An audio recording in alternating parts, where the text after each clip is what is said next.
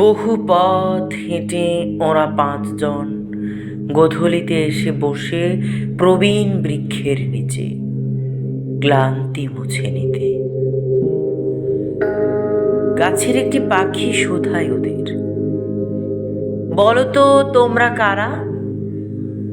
প্রশ্ন শুনে পান্থজন ঝুঁকে পড়ে নিজের বোধের কাছে। বলে একজন, হিন্দুত্বের প্রতি আজন্ম আমার টান। দ্বিতীয় জনের কণ্ঠ বাঁশির মতন বাজে, আমি বৌদ্ধ হীনযান। এবং তৃতীয় জন বলে, আমি এক নিষ্ঠাবান বিনীত খ্রিস্টান।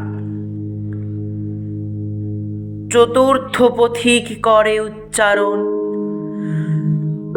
আমার ঈমান করিছি অর্পণ, আমি খোদার আরশে, আমি তো মুসলমান।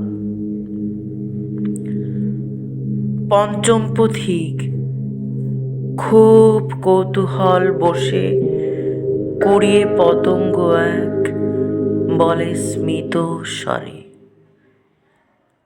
আমি মানব সন্তান।